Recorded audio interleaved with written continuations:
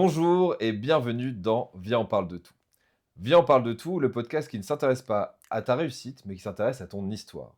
Viens, aujourd'hui, on parle de tout avec Philippe Le Forestier. Philippe Le Forestier, grand régisseur du cinéma français, fils de Maxime Le Forestier, et il a un talent caché, mais il va nous en parler un peu plus tard. Bonjour Philippe, Bonjour Martin, merci d'être parmi nous. merci à toi aussi de Ça me fait m'inviter. très très plaisir vraiment de t'avoir ici. C'est pareil, c'est réciproque. Ouais. Alors on va rentrer directement dans le vif du sujet. Ça marche, C'est allons-y. c'est toujours la question que je pose à tous mes invités. Oui. Si tu devais te présenter sans dire que tu es régisseur général et sans dire que tu es le fils de Maxime Le Forestier, comment tu ferais? Ah, c'est une bonne question. Ouais. C'est vrai, je n'ai pas préparé à la répondre, mais si je dois me présenter, on va dire que je suis quelqu'un d'assez discret, voilà, qui ne sait pas se vendre, hein. Voilà, ça commence comme ça. Ouais. Mais toujours bienveillant, toujours dans le partage, toujours très très optimiste. Tu es l'enfant de Maxime Le Forestier, un des Mm. enfants de Maxime Le Forestier. Ouais. Qu'est-ce que ça fait de grandir en étant un enfant de star? C'est quoi les avantages? C'est quoi les inconvénients? Euh, En fait, je m'en suis pas vraiment aperçu, parce mon père a su beaucoup me protéger par rapport à ça.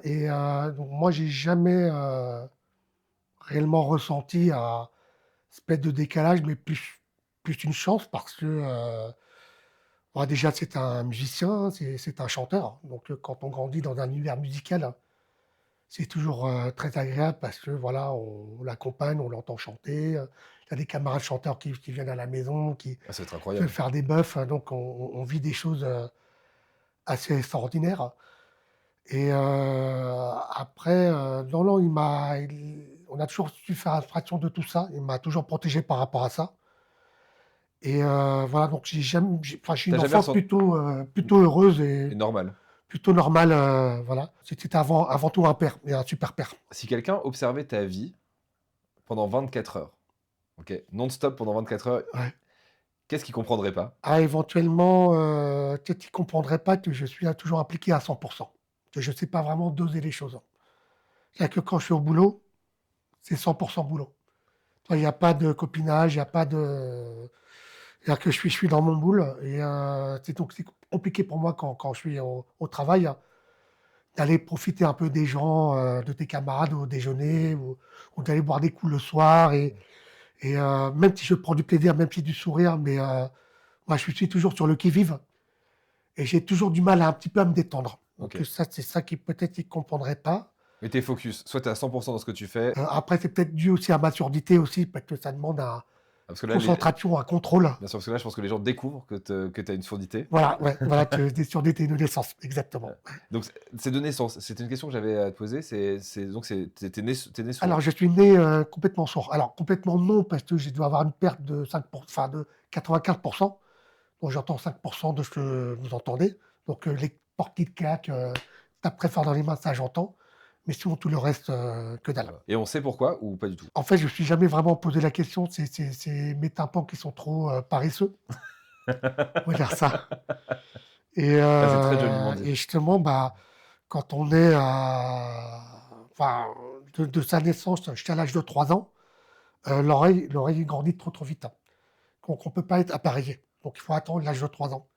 Et le problème, quand on n'entend rien entre 0 et 3 ans, on ne reproduit pas les sons. Et du coup, je ne parlais pas un mot. Donc, j'ai commencé à apprendre à parler à l'âge de 3 ans. Donc, il y avait déjà un retard. Et comme mes parents sont musiciens, donc mon père et ma mère, hein, sont musiciens, ils s'en sont aperçus très, très vite. Ok. Donc, ils l'ont anticipé très, très vite. Et ils ont fait comment? C'était quoi leur démarche pour anticiper? Leur démarche, c'est surtout beaucoup d'attention, surtout s'entourer d'orthophonistes, de spécialistes du problème, tout ça. Surtout, ils m'ont déconseillé d'apprendre le langage des signes parce que, Oui, c'est contre-intuitif en évitant cela, ça m'a poussé à parler. d'aller vers les autres, d'aller m'ouvrir aux autres. Donc, en fait, ils ont surtout évité, c'est que je me renferme sur moi-même. Ouais. Parce que c'est ça le pire truc. Si on se renferme, on ne s'ouvre plus vers les autres. Et là, le handicap devient plus important. Et pesant, ouais. Et donc, ils ont toujours veillé avec beaucoup d'amour, beaucoup de partage, beaucoup de gestuels, tout Mais, ça. mais c'est génial parce que ça a marché. Moi, je sais que j'ai remarqué très tard que tu avais un handicap ou en Ouais, tout cas que tu n'entendais pas aussi bien que nous. Tu lis très très bien sur les lèvres. c'est ça, ouais. Bah, c'est ça le secret, bah, c'est surtout ça qu'on m'a appris, étant tout petit parce qu'en fait, il faut comprendre, il y a une différence, enfin, il y a une différence, il y a 2 choses entre écouter et entendre. C'est-à-dire que moi, j'entends aussi bien que vous, mais je n'écoute pas aussi bien que vous parce que les capacités d'écoute se développent très, très jeune, hein. C'est des réflexes, comment on perçoit les sons, et moi, j'ai un tout petit décalage, hein. Donc si on me parle par surprise ou s'il y a du bruit autour, et ben j'ai un doute, je peux bloquer, je peux ne pas tout comprendre, tout ça. Donc je lis toujours sur les lèvres, hein, parce que c'est mon repère, en Ah, mais fait, c'est fou. pour arriver à comprendre, à capter. Et puis aussi, comme on dit souvent, quand on a un sens en moins petit, bah, Oui, les autres sens se développent. c'est vrai. Et c'est vrai que mon sens de l'observation, c'est beaucoup plus développé et c'est un peu peut-être grâce à ça que je fais de la régie, que je m'en sors dans ce travail, parce que c'est beaucoup un vrai travail d'observation Et et d'anticipation. voilà, et d'anticipation, exactement, ouais, ouais, ouais. C'est quoi la première réaction des gens quand ils découvrent que tu es malentendant? Quand ils découvrent, bon, il y en a plusieurs, mais c'est vrai, c'est comme toi, la plupart des gens sont un petit peu surpris et mais en général dans le bon sens. Mais après, moi, j'ai jamais fait attention au jugement des autres. Les sourds, et les malentendants, si j'ai toujours fait, abstraction de tout ça et j'ai toujours voulu faire pareil, hein, Que tout le que monde. tout le monde, voilà. Après, c'est bon, parfois, c'est pas non plus forcément facile, hein, parce que, voilà, ça demande, toujours de la concentration, toujours de l'attention, donc parfois, j'ai besoin des moments où, voilà, où faut être un petit peu seul et dans ta bulle, Oui, c'est ce que j'allais te poser voilà, comme pour, question. redescendre un petit peu et C'est parce que ça demande énormément d'énergie. absolument, Donc tu dois ouais. être épuisé à la fin d'une journée, qui est hyper stimulante. Alors la plupart du temps, oui, sans forcément que je m'en rende compte, mais oui, oui, il y a enfin, la 1re chose que je fais quand je rentre chez moi, j'enlève les appareils, hein, et là, je reste dans le silence et mais après, je sais pas si c'est de la fatigue ou si c'est de la parce que de dépenser toujours autant d'énergie, à un moment donné, ça use. Ouais, Donc c'est peut-être dans la tête, c'est peut-être du mental, je sais pas, ouais. peut-être, Après, c'est devenu une habitude aussi, et j'imagine, c'est devenu une une habitude, habitude. absolument, ouais, ouais. T'étais quel type d'enfant? Quel type d'enfant? Oh, j'ai dû passer par toutes les phases, hein, j'ai été sûrement très, très agité, et puis, parfois très, très calme, mais j'avais quand même besoin de beaucoup d'attention, quand même, parce que j'avais l'impression, bah, dû à la surdité, que beaucoup de choses m'échappaient, que je ratais beaucoup de choses, donc j'avais toujours besoin d'être très, très entouré par mes copains, mes copines, mes parents, la famille, voilà, pour pas que je sois non plus, complètement largué. Tu te considères adulte aujourd'hui? Oui, on va dire, j'ai une base adulte, voilà, et un esprit, un peu d'ado, on va dire. OK. C'est bien résumé, hein, C'est ouais. très bien Enfin, une répondu. structure d'adulte avec un esprit ado, voilà, c'est parfait. Quand est-ce que toi, t'as compris que t'étais pas comme les autres? Et comment? Quand tu es, avec tes camarades, à la récréation, toi, tu te mets toujours en groupe et tu discutes, tu rigoles et c'est très compliqué pour moi de suivre une conversation parce que ça fuse dans tous les sens, puis le bruit de la Ouais. récréation, tout Do ça. et donc là, t'entendais pas ce qu'ils se disaient? Bah, c'est pas que j'entendais pas, c'est que j'ai du beaucoup de mal à suivre et c'est là, ces petits moments qui sont pas simples, où là où tu ressens un décalage, il y a un complexe du coup, donc elle se forme à partir de là. Et tu le vis comment en Heu tant qu'enfant?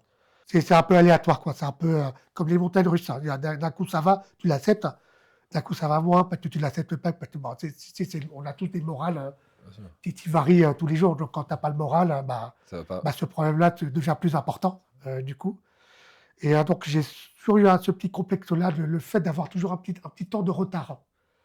Voilà. Mais après l'avantage que j'ai eu, c'est que j'avais toujours une copine ou un copain qui me surveillait OK. et qui voyait: «Ah, il a peut-être raté, ce sujet». Donc il venait me voir, il me dit: «Voilà, on parle de ça, machin». Ah, trop bien. Mais moi, j'ai jamais eu le côté, spontané. Tu sais, une conversation, c'est comme une symphonie, hein. Bien Tu sais, sûr, ouais. faut fuser, il faut ajouter. Tu dis la blague, tu dis ceci, cela, tout ça. Moi, pour que je suive une conversation, bah, à plusieurs, c'est compliqué. Ouais. Tu connu une bienveillance de d'amis autour de toi? Toujours, ouais, toujours, ouais, toujours. Non, mais après, quand on a une conversation avec une ou 2 personnes, là, ça va, là, je m'en sors, là, je me sens complètement intégré. Quand il y a au moins 5 6 personnes, mais là, je me mets volontairement en retrait et puis j'écoute et puis j'aime bien aussi cette ambiance, ouais et c'est en fait, à une époque, c'était chiant de pas suivre, hein. C'est vrai que c'était chiant. Mais avec le temps et puis l'âge, bah, j'ai fini par accepter le truc Bien sûr. et donc c'est pour ça que parfois, dans les soirées même, quand on sort dans des clubs, dans des bars, tout ça, bah, voilà, c'est impossible de suivre tout le monde, hein. Ouais, Oui, parce qu'il y a voilà. un bruit phénoménal, Voilà, parce il que y a un bruit. même pour un bien entendant, c'est Ouais, compliqué. complètement. Mais après, comme c'est une ambiance, il y a la musique, il y a autre chose, tu peux faire autre chose, tu peux disparaître, tu peux bouger, tout Ouais. ça. Donc c'est des lieux où je me sens mieux parce que, on n'est pas forcément obligé de suivre, une conversation, quoi. C'est vrai. Voilà. Tu me fais penser à un truc. Ouais. Est-ce que ça t'arrive d'utiliser ton handicap pour fuir quelque chose? Est-ce Ah oui, beaucoup, hein. Ah oui, c'est une arme, hein. Ouais, ça c'est sûr. ouais? Ah, pour ne pas entendre, tu pas entendu un truc, de travers. Puis en plus, c'est même pas le fait de pas entendre, c'est que j'ai une capacité à faire abstraction. OK. C'est-à-dire que tu peux me parler, mais je peux ne pas t'écouter. Mais ça, j'y arrive, hein. OK. C'est très simple, hein. Et oui, oui, ça Ouais.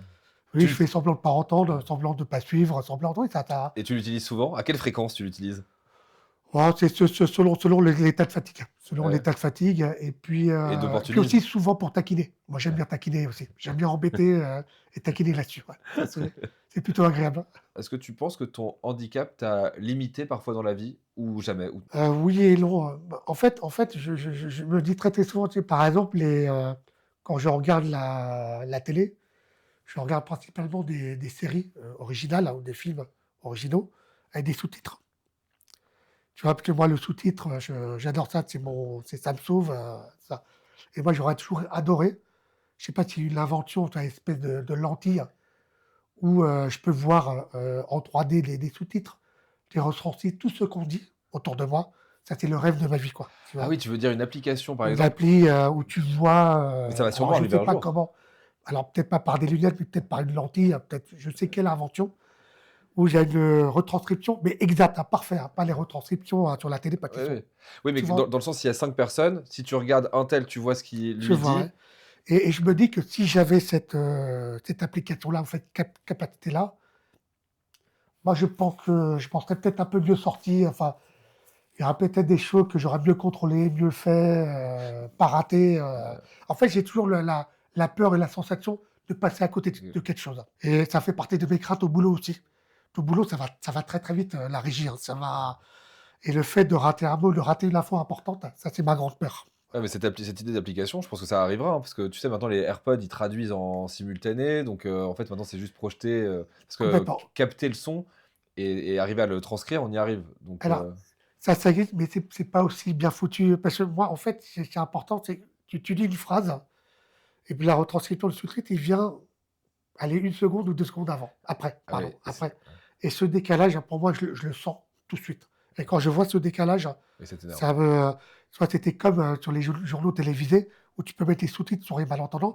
Là, tu vois, c'est quelqu'un qui retranscrit, mais tu vois qu'il dit un mot, le décalage, il vient 2 secondes et puis ensuite, plus tu avances, plus le décalage devient important et là, moi, je bloque, tout de suite. Oui, donc d'une certaine Donc moi, façon, c'est vraiment de l'instantané. ouais, sinon tu vis un peu ta vie en décalé. C'est ça, Ouais, exactement, ouais, donc ouais ça nourrit une frustration. et ça devient une frustration. Tu parles depuis tout à l'heure du fait que tu es régisseur général, Ouais, ce qui est ton métier depuis 25 ans. ouais, Comment tu as embrassé cette carrière? Alors, première non, avant tout, parce que la plupart des gens ne savent pas ce que c'est. ouais. Qu'est-ce que c'est être régisseur général au cinéma français? Au cinéma en règle générale. Alors, en fait, c'est les tournages en règle générale, c'est toutes les logistiques et organisation d'un tournage du film. C'est-à-dire que, c'est une équipe régie, on est au service de tous les départements, que ça soit de la décoration, de la mise en scène, maquillage, coiffure, machinerie, électro, le son, l'image et qu'on leur donne les meilleurs moyens possibles de travailler et dans les meilleures conditions possibles. Donc, nous, voilà, si on veut faire une scène dans une rue, bah, il faut pouvoir, obtenir les autorisations, donc de pouvoir, contrôler la rue, de gérer son environnement, c'est-à-dire d'obtenir l'accord des commerces, des commerçants, pas qu'on voilà, on gèle un petit peu, les accès, de pouvoir acheminer le matériel, donc ils sont acheminés par des camions qui sont bien garés aux alentours, du lieu de tournage et non pas OK, dans le cadre, parce qu'il faut les cacher, tout bien ça. sûr. Donc, pour ça, il faut bloquer les places, réserver les places. Ensuite, il faut bien des espaces pour, habiller, maquiller, coiffer les comédiens, donc soit dans des carrelages, dans des espaces que tu trouves. Ensuite, il faut bien faire manger les gens, donc pas dans un restaurant, du quartier, parce qu'ils ont leurs habitués, ils sont pas capables d'accueillir 80 personnes en 1 heure, donc on a notre propre cantine qu'il faut installer et proche du décor pour ne pas perdre du temps. Donc c'est tout un bordel à organiser pour que le tournage puisse se dérouler dans les meilleures conditions. C'est toute la logistique. Voilà, c'est toute la logistique, exactement. Et après, on fait en plusieurs étapes. On démarre stagiaire, puis on est assistant régisseur, puis on devient régisseur adjoint. Voilà, plus tu montes, et ben, plus tu chapeautes Du monde. et plus tu façonnes à ta façon l'organisation du Ouais. tournage. Et plus tu as des problèmes. Et puis il y a des problèmes. Ben, nous, on est là pour régler les problèmes, Ouais. exactement. Moi, ce qu'on m'a dit sur un tournage, on m'a dit la région, on n'en parle jamais, à part quand ça va pas. C'est ça, exactement. C'est quoi le truc le plus horrible, le plus chiant dans tes souvenirs que tu as dû Oh, gérer? il y a beaucoup de choses qui sont difficiles à contrôler. C'est comme la météo, par exemple, parce que c'est vrai que quand il y a une scène de tournage très, très importante et qui a demandé une logistique très, très lourde avec des mois et des mois de préparation et que c'est le jour J, c'est ce jour-là, ça peut être une séquence de course-poursuite sur la rue de Rivoli ou fermer la place de la Concorde, tout ça, et que là, il se met à pleuvoir et que le réalisateur ne va absolument pas tourner, bah là, c'est vraiment problématique. Tu vois, donc, soit tu as les moyens de recommencer et tu recommences tout, tu refais la semaine prochaine, tout ça. Donc, pour moi, c'est ma grande peur, c'est que c'est pas pouvoir tourner Ouais, bien sûr. parce qu'il y a des conditions extérieures, mais ça peut être la météo, ça peut être aussi des problèmes de santé aussi, ça peut être aussi, il y a plein de paramètres. Moi, ça m'est arrivé de tourner dans une île à Belle-Île-en-Mer, et puis il y avait une tempête, une tornade qui est passée.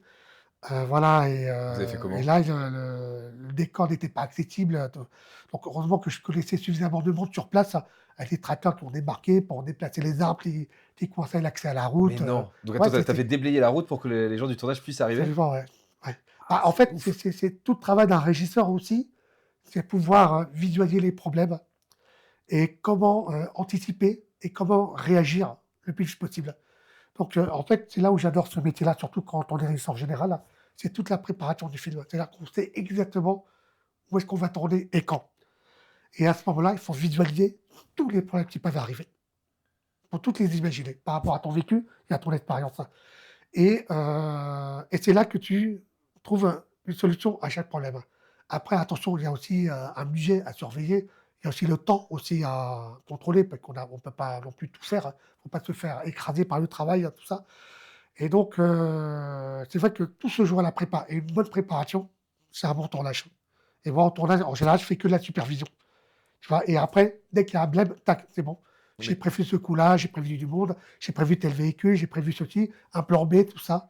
C'est ça le gros de la mmh. régie, c'est anticiper tous les problèmes. Et du coup, tu te fais pote avec, tous les agriculteurs dans le coin des tournages pour avoir des tracteurs à chaque fois ou? Par exemple, je me fais pote, c'est là que Ouais. en fait, ce qui est très important, quand on va dans un lieu donné en tournage, que ça soit à Paris, en Bretagne, je sais pas, à Bordeaux, dans le Grand Est, par exemple, on tourne dans un lieu donné, il faut impliquer le plus de monde possible. Leur faire participer au tournage. Parce que déjà, c'est toujours agréable de participer à un tournage. Et plus on implique tout le monde, plus ils se sentent utiles et mieux le tournage se porte. Ça, c'est génial. Voilà. Par exemple, si on fait venir une cantine de tournage, on va pas l'envoyer faire des courses chez Métro, au supermarché. Voilà, il va traiter avec les produits qu'avec des producteurs locaux. Donc nous, on se renseigne qui produit tel légume, tel fruit, telle viande, tout ça, et on les met en contact avec le chef cuisinier de notre cantine qui va acheter chez eux. Comme ça, on implique les gens. Ah, c'est génial. Et plus on implique les gens, et plus on se fait aider en tournage. En Voilà, parce que retour. je connais un ami qui a tel véhicule que vous avez besoin. Tiens, j'ai un pote qui a un tracteur, parce qu'il y a le camion qui s'est embourbé, il ne peut pas partir au décor du lendemain. Il va avec son tracteur à 22 heures, tout ça. Donc voilà, c'est un travail d'équipe. Il Ça, y a c'est l'équipe du tournage et il y a aussi les locaux. ça, Donc c'est dingue. si on travaille tous ensemble, Tu as été le régisseur général de Kaamelott, par exemple, absolument, ouais, et ouais, qui est quand même un énorme tournage. ouais, Et je sais qu'à l'époque, tu avais dû envoyer des camions dans les Cévennes et tu t'arrachais un peu les cheveux en te demandant comment tu allais, faire venir ces immenses camions, ouais. dans des accès tellement, Ah reculés. bah, il y a tellement c'est vrai que quand on est dans des milieux, montagneux, c'est vrai que les gros camions ne peuvent pas monter tout haut. Donc il faut trouver un camp de base, donc dans un lieu accessible, qui est généralement dans des grands parkings, des villages ou les parkings de supermarchés, tout ça. On met notre base. Ensuite, on prend des véhicules plus petits, plus adaptés, comme des pick-up, des camions belles en 4x4 pour monter le matériel là-haut. Ouais. Voilà. Mais après, parfois, il y a des bases, parce qu'il peut mettre un léger. Donc on ne peut pas aller à cette base, donc on prend une base plus bas. Non, non, il faut trouver tous les moyens possibles pour acheminer le matériel. Et le plus difficile, c'est estimer le temps que ça prend. Parce que le temps, c'est de l'argent. On a 8 ans de tournage. Voilà, donc s'il faut beaucoup de temps pour acheminer le matériel, bah, c'est beaucoup d'heures de travail en plus. Donc c'est des effectifs en plus. Donc c'est tout un travail tous les jours. Donc c'est à moi d'estimer le temps que ça prend, l'effectif qu'il faut et les risques qu'il y a, quoi. C'est assez stressant comme métier, non? Il y a beaucoup de stress, mais ça se canalise. Ça, le stress, ça se gère. T'apprends. En fait, si on veut être un bon régisseur général, il faut être le moins stressé possible. Ou alors Ouais. ne pas le montrer. C'est quoi les qualités d'un bon régisseur? Beaucoup de patience, beaucoup d'endurance, beaucoup de diplomatie, un bon sens de l'observation et un bon sens de l'organisation. T'as commencé il y a 25 ans, comment t'es arrivé là-dedans? C'est vraiment, alors je dirais pas par hasard, parce que en fait, il faut comprendre, c'est que j'ai grandi avec une grande amie de ma mère, Bettina, qui s'appelle Sophie Tati-Chef, qui était la fille de Jacques Tati, qui est un grand cinéaste des années 50, Ah oui, 60, 70. Et en fait, j'ai vécu une partie de mon enfance avec Sophie, et qui m'a fait découvrir tout l'univers Tati, que j'adorais. Enfin, j'adorais voir Jour de fête, Elle est mon oncle, Les vacances de Monsieur Monsieur Hulot, tout Hulot, ça. ouais. Donc, j'ai un peu grandi là-dessus. Et en fait, le dernier film de Jacques Tati s'appelle Playtime, qui était un Ah, je film l'ai pas vu. très très ambitieux et qui est, enfin, pour moi, le plus grand film de Jacques Tati. Mais il a malheureusement fait faillite parce que le succès n'a pas été au rendez-vous. Et donc, ce sont les assurants qui ont récupéré Les droits. tout le catalogue, tous les droits des films Tati. Et donc Sophie, pendant toute sa vie, elle s'est battue pour récupérer les droits, ce qu'elle a réussi au début des années 2000, enfin vers 2000, enfin 99-2000. Et malheureusement, en 2001, elle a été emportée par un cancer, malheureusement. Donc elle est partie très prématurément. Et moi, c'était pile au moment où j'avais eu mon bac. Et je commençais des études d'éco et gestion, parce qu'à la base, je voulais travailler dans le sport professionnel, dans le management d'un club, d'une association, tout ça. Ça, C'est ça l'idée de base. c'était ton métier de rêve. C'était l'idée de base, ouais. Ok. Et quand Sophie est décédée, bah, c'est son cousin lointain, Jérôme Deschamps, qui a récupéré tout le catalogue et qui, lui, m'a demandé de travailler chez lui pendant 6 mois en tant qu'archiviste, entre guillemets, des films de Tati, parce que j'avais déjà commencé tout le travail en faisant des petits tâches à droite et à gauche.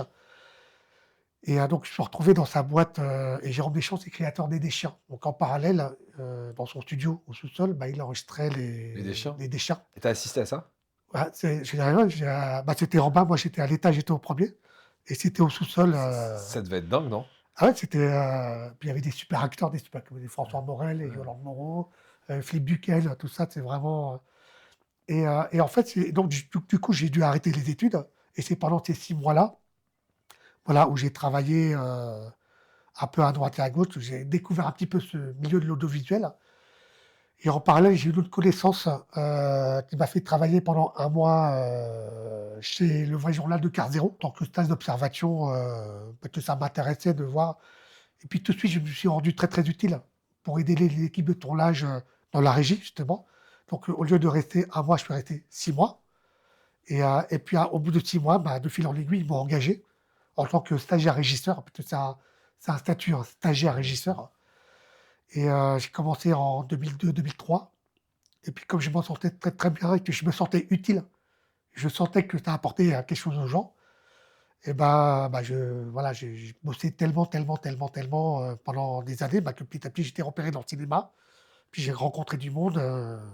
Petit à petit, bah, j'ai fait mon chemin. Enfin, sincèrement, aujourd'hui, t'es presque sur tous les grands films du cinéma français. Moi, en tout cas, je suis sur les bons plans. En tout cas, Ouais, on va sur dire. beaucoup. Pour moi, c'était très important en tournage, hein, quel que soit le prestige du film, c'est de bien s'entourer. Si on bosse avec les gens qu'on apprécie et qu'on aime, on peut soulever des montagnes, petits, moyens ou grands films. Et là, j'ai la chance que les gens que j'apprécie beaucoup sont souvent sur des films vraiment intéressants, vraiment sur des super plans, voilà, où on apprend beaucoup et on apprend encore. Et tu t'éclates. Et je m'éclate. Je reviens sur l'époque des Deschamps, parce que ça, je savais pas. T'as un souvenir, un truc un peu improbable qui s'est passé quand tu y étais? Oh, les souvenirs que j'ai, c'est quand Jérôme Deschamps faisait répéter ses comédiens. Donc, ils se mettaient vraiment face à face, enfin, chaise contre chaise, face à face. Et puis Jérôme Deschamps leur donnait un thème. Et puis le comédien se mettait à improviser, mais vraiment face à face, hein. Donc ça, c'était des exercices qui me fascinaient vraiment. Ça. Et ensuite, au vrai journal de Quart Zéro, je participais à tous les petits tournages comme qu'on appelle des parodies de pub, des faux clips. Et j'ai fait aussi des chicots. C'était en 2001, c'est Patrick Mill qui Ok. déguisé en Brésilien, sa coupe afro. Voilà, donc c'était tous des mini tournages, hein, où il fallait aller très très vite. On n'avait que 2 jours de prépa, donc c'est très très formateur. Ouais, et puis tu as connu le Canal+, de la grande Et époque. après, bah, via Car Zéro, tout ça, bah, j'ai été pris dans l'équipe qui avait. Enfin, c'était un petit peu l'univers de comédie, bah, l'univers de Farouja. J'ai vu Farouja comme producteur. On avait fait une émission assez éphémère qui s'appelle Samedi soir en direct. Ça a duré que 6 mois. Ils voulaient adapter Cette l'émission athlète, américaine. ouais. Voilà. Et là, j'ai bossé 4 mois. On a fait 4 émissions. Et là, c'était génial, hein. Mais après j'étais jeune, hein, j'avais 22, 23 ans. Et je voyais les Kadeo, El Khabdi, Jamel, voilà, tous ces gens que j'admirais à l'époque. Et après, pour entrer dans le cinéma, c'était vraiment par. Tu connais quelqu'un qui connaît quelqu'un, il y a mon petit régisseur, je ne veux pas le prendre, tout ça. Et après, j'ai fait 2, 3 longs métrages. Et en fait, pour moi, le long métrage qui m'a vraiment lancé, c'est le film de Sofia Coppola qui s'appelle Marie-Antoinette, où là, j'ai bossé 4 mois dessus, avec l'équipe Régie Plateau, où là, c'était un projet tellement énorme, hein. Il y avait à peu près une cinquantaine de régisseurs. Et j'ai du copain avec les 50 régisseurs. Ils sont tous maintenant, soit régisseurs généraux, directeurs de prod, même producteurs. Donc pour moi, c'est vraiment le film qui m'a vraiment lancé dans ce métier, et qui m'a fait aussi croire en moi que je pouvais aller plus loin, Ouais. en tout cas. La vie d'un régisseur général, en quelques étapes, mais sur un tournage, ça se passe comment? Il y a la prépa, enfin, juste, tu vois, des étapes clés. Ah, les étapes clés d'un régisseur général, oh, il y a la... Alors, c'est vrai, euh, en gros, pour essayer de synthétiser, la vie d'un film, c'est en 3 étapes. Il y a le développement du film, donc c'est à trouver le scénario, trouver l'argent, tout ça. Ensuite, il y a la fabrication, donc c'est là où j'interviens, donc le tournage et la post-prod. Et ensuite, la distribution. Donc moi, je suis vraiment dans la fabrication, donc je suis vraiment qu'un petit maillon. Et ensuite, en tant que régisseur général dans la fabrication et à la prépa, donc la première étape, bah, c'est les repérages des décors. Donc, c'est pas moi qui repère les décors parce qu'il y a déjà quelqu'un qui est sur le coup, mais moi, j'interviens quand les décors sont choisis. Donc, c'est la découverte des décors. Ça, c'est la première chose. Une fois que les décors sont validés, et ensuite, il y a l'élaboration du plan de travail, qui est surtout fait par le premier assistant réalisateur, mais qui est aussi validé par le régisseur général, parce qu'il faut qu'il vérifie que la Niveau continuité logistique. soit jouable, que Mmh. les décors soient disponibles, etc. Donc c'est vrai que dans une prépa, enfin pour moi, je vois 2 parties dans une prépa. Il y a la phase de repérage, la phase de recherche et la phase artistique en fait. C'est-à-dire qu'on ne sait pas encore où on va, donc on cherche une direction artistique, pardon, qui est généralement menée par le metteur en scène, hein. Une fois que l'artistique est posé, ben là on passe dans le concret.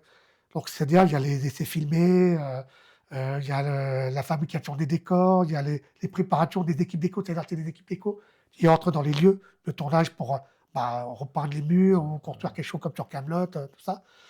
Et ensuite le tournage en lui-même, pour moi, c'est qu'une étape, hein. Il peut durer 8 semaines, 12 semaines, 14 semaines. Mais du jour 1 au jour 2, tu ne vis que ton film. Tu n'as plus de vie privée, tu n'as plus rien, tu fais ton film. Ouais, Voilà, il n'y a que ça qui existe, en tout cas pour ma part. ouais. Ouais. Et là, tu vas me mettre sur ce sujet. Ouais.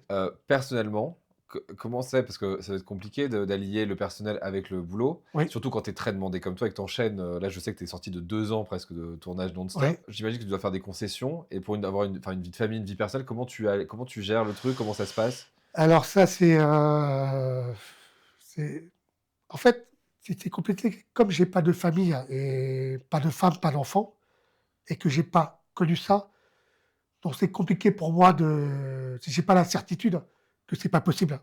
Parce que moi, je pense que si quelqu'un réussit à une famille, malgré tout, il va s'adapter et il trouvera des solutions.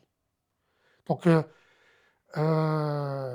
il va faire des concessions, il va trouver un équilibre entre les deux. Et c'est parce que c'est une famille que ça te pousse à faire attention au travail, à faire les choses un peu plus équilibrées et voilà. Donc, comme moi, j'ai pas de famille, que j'ai jamais connu ce schéma-là, donc j'ai toujours été impliqué à 100 sur les tournages, hein, et j'ai toujours pensé: «Bah non, moi, c'est pas possible. J'ai pas le temps d'avoir» et surtout, l'autre paramètre qui est compliqué, c'est que c'est très irrégulier aussi. C'est-à-dire que là, par exemple, on disparaît pendant 6 mois sur un tournage et tu as 1 mois pour toi et ce mois-là, bah, tu prends un petit peu de temps pour voir, ta famille, tes amis et surtout du temps pour soi. Mais construire quelque chose en 1 mois, c'est compliqué. Ah oui, Donc, tu fais dans la les choses un petit peu rencontre, en surface, bien quoi sûr, dans la rencontre. et après tu redisparais et évidemment, quand tu es au travail, évidemment, tu te sens un petit peu seul, voilà, parce que tu as besoin d'un petit peu d'aide, tu as besoin qu'on t'accompagne un peu, tout ça.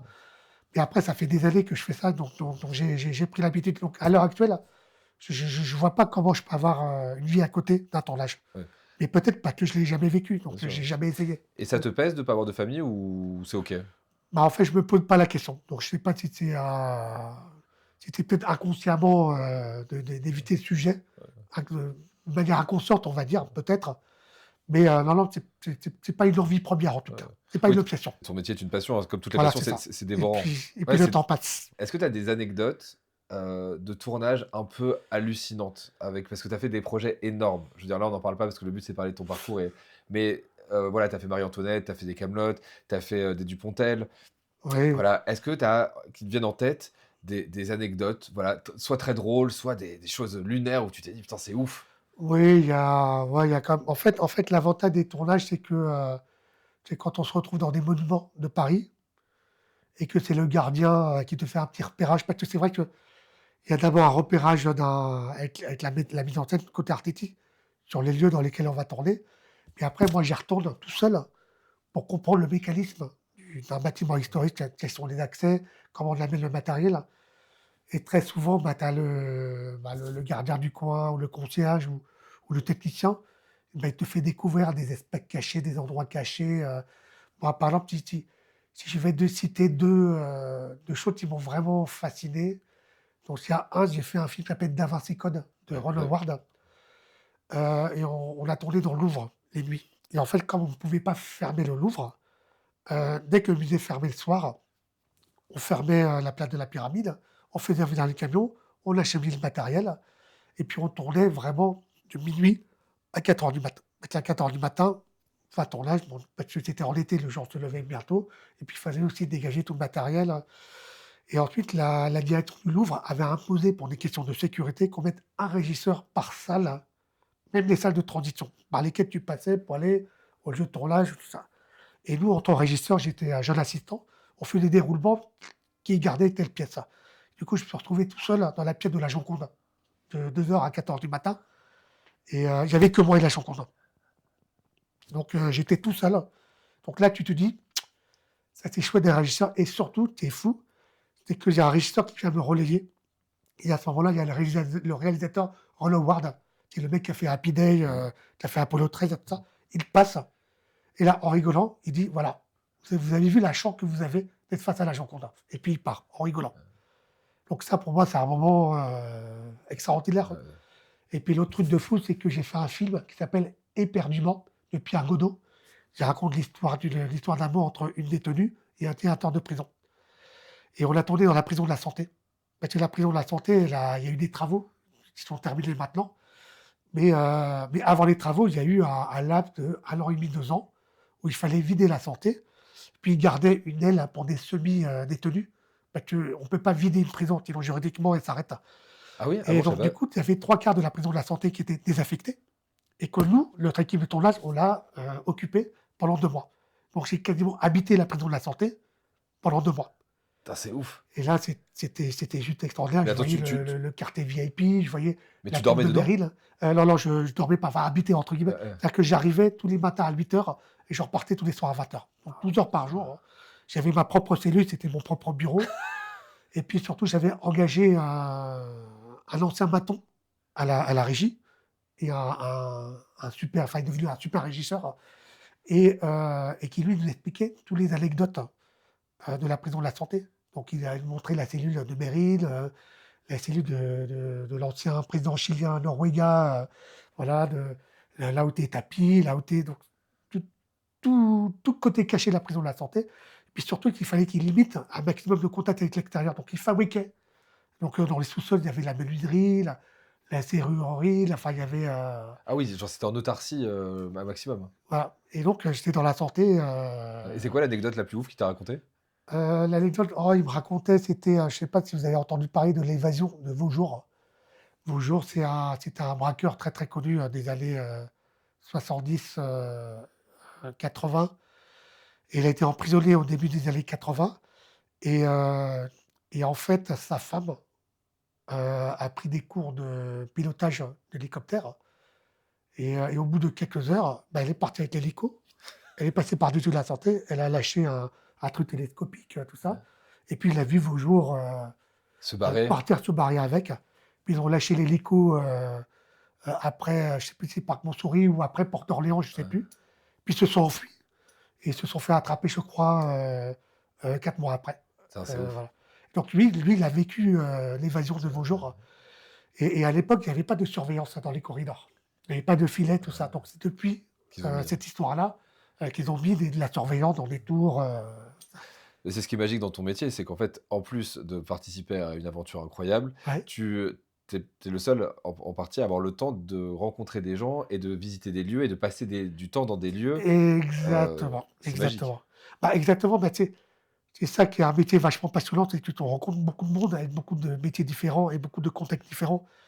Et, euh, et c'est vrai que, bah, quelque part, quand on parlait tout à l'heure de la frontière entre la vie privée et la vie professionnelle, hein, c'est vrai, parfois j'ai un peu une frustration de passer beaucoup plus de temps avec des gens du professionnel hein, que mes propres amis, ma propre famille, tout ça. Donc c'est vrai qu'il y a une frustration, voilà, de ne pas savoir bien équilibrer le temps là-dessus, quoi. C'est quoi ton plus beau souvenir de tournage? Quand même, Marie-Antoinette de Sofia Coppola, bah, que c'était à l'époque rare qu'il y ait des films américains.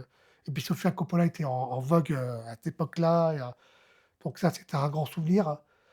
J'ai eu Danse avec lui, de Valérie Guillaumet, qui est un film sur les chevaux. J'ai un très très bon souvenir. Il y a eu aussi Raoul Taburin. C'était une adaptation de Sampé, de Pierre Godot encore, avec Benoît Poulvord et Édouard Baird. On l'a vécu pendant 6 mois dans la Drôme. Voilà. Alors, non, très très souvent, pour moi, les grands souvenirs de tournage, c'est quand on découvre un lieu. C'est-à-dire partir 6 mois dans la Drôme, 6 mois en Bretagne. Là, c'est très très souvent des grands souvenirs parce qu'on bah, on découvre un lieu, on découvre les locaux, on découvre les histoires, on découvre des tas de choses. C'est Et l'aventure. puis, il y a tellement de choses en France à voir. Voilà, c'est un pays vraiment magnifique, hein, en tout cas. Ouais. T'es accro à l'aventure. C'est ça, exactement. Pour l'aventure. Exactement. C'est quoi la demande la plus farfelue, la plus... tu t'es dit, mais attends, c'est genre impossible, qu'un Ouais. réalisateur a demandé en prépa? On n'est pas obligé de citer le nom du réalisateur. Genre juste la demande où tu t'es dit, c'est quoi ce délire? Il y en a tellement, mais après, ils ont raison de. En fait, ils vont faire des demandes les plus farfelues, les plus élevées. Pour avoir les Voilà. sous. Pour, il sait qu'il n'obtiendra pas. Mais après, oui, bah, alors, c'était pas moi directement, mais c'est quand même sur Da Vinci Code. Quand même, qu'on se poursuit du Smart qui part de la pyramide, pour la Rivoli, et qui monte à Saint-Georges à contresens. Ça, c'est des trucs quasiment impossibles à faire, mais qui sont réalisables parce que voilà, c'est du temps de préparation, c'est des effectifs, parce qu'il faut bloquer toutes les portes pour des questions de sécurité. Et puis, il faut plusieurs nacelles avec plusieurs éclairages, plusieurs groupes Ah bah oui. électrogènes. Donc, et après, des demandes assez farfelues. Oui, ça m'est déjà arrivé. Par exemple, ils étaient mis à neiger. En fait, on avait fait une scène sur 2 jours. Et donc, c'était forcément raccord, parce que c'est la même scène. Et il a fait très beau le premier jour. Et le deuxième jour, il s'est mis à neiger. Et donc, on ne pouvait pas tourner la scène. Et ensuite, on devait voyager ailleurs 2 jours après. Donc, il nous restait qu'une journée de rabattement où on lui a demandé clairement de retirer toute la neige en 12 heures. Waouh. C'était littéralement impossible. Ah oui, vous l'avez pas fait. Et on me l'a demandé, mais j'ai quand même réfléchi. Hein. Ah ouais. Tu vois, je sais pas, Au avec des chalumeau, moissonneuses batteuses pour pousser, au lance-flamme. avec des systèmes de chauffage, on leur balançait de l'eau chaude de partout, mais c'était une surface tellement gigantesque que c'était impossible à. Mais après, ce qui est fou, c'est que même si c'est impossible, au fond de toi, tu vas quand même. En fait, l'important, il faut jamais dire non, il faut jamais dire c'est impossible. Il faut que tu expliques pourquoi c'est impossible. Donc, il faut que tu trouves tous les éléments, Oui. voilà, pour qu'un metteur en scène comprenne qu'on ne peut pas aller plus loin. Parce que lui, il faut qu'il ait la sensation que ses équipes sont allées au bout des choses. Tu vois? Parce que si tu sens que tu ne vas pas au bout, tu fais les choses à moitié, là, tu crées le doute. Et du coup, tu n'as pas été capable de le faire. Mais que tu n'as pas su expliquer pourquoi tu ne pouvais pas le faire. Ouais, c'est vrai. Putain, trop intéressant. Donc, faut faire attention à ça. Tu te serais vu faire un autre métier? Ah, moi, ouais, j'aurais adoré, comme je disais, faire du management du sport professionnel, hein. C'est vraiment gérer un club de sport, bon, plus particulièrement une équipe de foot, par exemple. Gérer la gestion d'une équipe de foot, ça, j'aurais aimé faire ça. Bah, peut-être plus tard à ta retraite. Peut-être plus tard, hein, je sais pas, si on monte une boîte de production, qu'on gagne suffisamment d'argent et qu'on rachète un club, hein, pourquoi pas, ouais. Il y a du chemin, hein, Il encore. y a un petit peu de chemin, mais bon, Ouais. rien n'est impossible. Non, rien n'est impossible, Ouais. exactement. À quel âge et comment tu t'es rendu compte que ton père n'était pas un père ordinaire? Je m'en suis rendu compte forcément à l'école, quand les gamins viennent te voir ou les parents d'enfants viennent te voir. Donc ça, c'est les premiers souvenirs que j'ai. Puis évidemment, quand tu l'accompagnes en concert, hein, et quand il chante devant, enfin de 400 à 3000, 5000, 10 000 personnes. Mais comme j'ai grandi avec, hein, donc pour moi, ça a toujours été une fierté. Et surtout, au-delà de tout ça, c'est qu'il adore ça. C'est sa passion, c'est son métier. Voilà, et il prend un énorme plaisir. Et ce plaisir-là, tu le ressens. Et quand tu vois un papa content, bah forcément, tu es content. Ouais, c'est clair. Ouais. Il vous a emmené jeune en Très concert? jeune, ouais. Bah, toujours, enfin, dès qu'il y avait une occasion de l'accompagner, il m'accompagnait souvent en tournée, ouais. Et ça, c'est des moments super, vraiment. Ça donne des Enfin, souvenirs. toutes les coulisses, tu te balades, puis tu viens un petit peu avant dans la salle de concert pour faire des balances, tu deviens copain avec les musiciens, les techniciens. Enfin, cette ambiance-là, elle est vraiment géniale. Et du coup, ouais, comment ça se passe quand t'as un enfant de 7 8 ans et que tu te balades, t'as le droit d'aller partout dans les coulisses, que tu t'es avec des armondes d'adultes, mais qui sont un peu des Bah, ados? c'était comme un parc d'attractions pour moi. Enfin, je me baladais partout, je courais partout. J'ai même fait l'erreur de monter sur scène une fois, mais ça, je ne me rendais pas compte, hein. Donc, mon père m'a gentiment accueilli sur scène, Mais c'était au non. Bataclan, en 87. Mais c'était juste, je tapais dans les mains, mais je ne me rendais pas du tout compte, hein. C'était le petit con qui Il ne fait t'a pas raccom- attention. Ouais, il t'a accompagné gentiment ouais, vers. il m'a accueilli gentiment. Et voilà, donc ça, c'est un des seuls souvenirs sur scène, hein. Mais sinon, non, non. Et puis, encore une fois, je suis quelqu'un d'assez discret. Et je me sens comme un mec de l'ombre. Et je suis très bien comme ça. Et moi, j'aime bien toujours regarder derrière. Tu vois, c'est pour ça que je suis devenu régisseur, parce que Oui. voilà, tout qui se passe derrière, pas être dans la lumière. C'est quoi les avantages et c'est quoi les inconvénients d'avoir un papa célèbre? Bon, après parfois, il faut faire abstraction, mais c'est vrai, parfois, il y a le comportement des gens aussi, pourquoi ils viennent te voir, hein.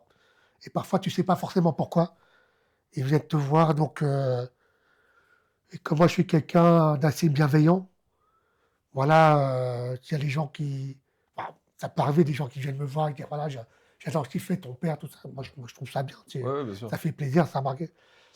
Mais après, que les gens restent avec toi, Pour ça. entre guillemets, par intérêt, voilà. Mais après, ça m'a jamais porté préjudice. Et tant mieux, hein. Si les gens sont contents, sont contents. Si on m'apprécie parce que je suis fils d'eux, voilà, je sais que ça n'ira pas plus loin, la relation. Bien sûr. Tu vois, donc je sais qu'il y a des vrais amis, voilà, qui s'en foutent en général, qui sont là pour moi. Ouais, ouais. Voilà, donc je pense à eux, Ah à bah ces t'es un moments-là, mec quoi. incroyable, donc en même temps, ce serait con de pas être là pour toi. Non, mais Ouais, c'est vrai. ouais, Et puis t'as créé ta carrière, t'as créé ton univers, ton monde à toi. Enfin, complètement, ouais, et complètement. est-ce que c'est dur? Voilà, c'est une question qui me vient. Est-ce que c'est dur d'exister en tant que tel quand t'as une personne dans ta famille qui est un personnage public? En fait, j'ai pas eu ce besoin d'exister. Voilà, moi, j'ai jamais eu besoin de célébrité ou de lumière, comme je le disais.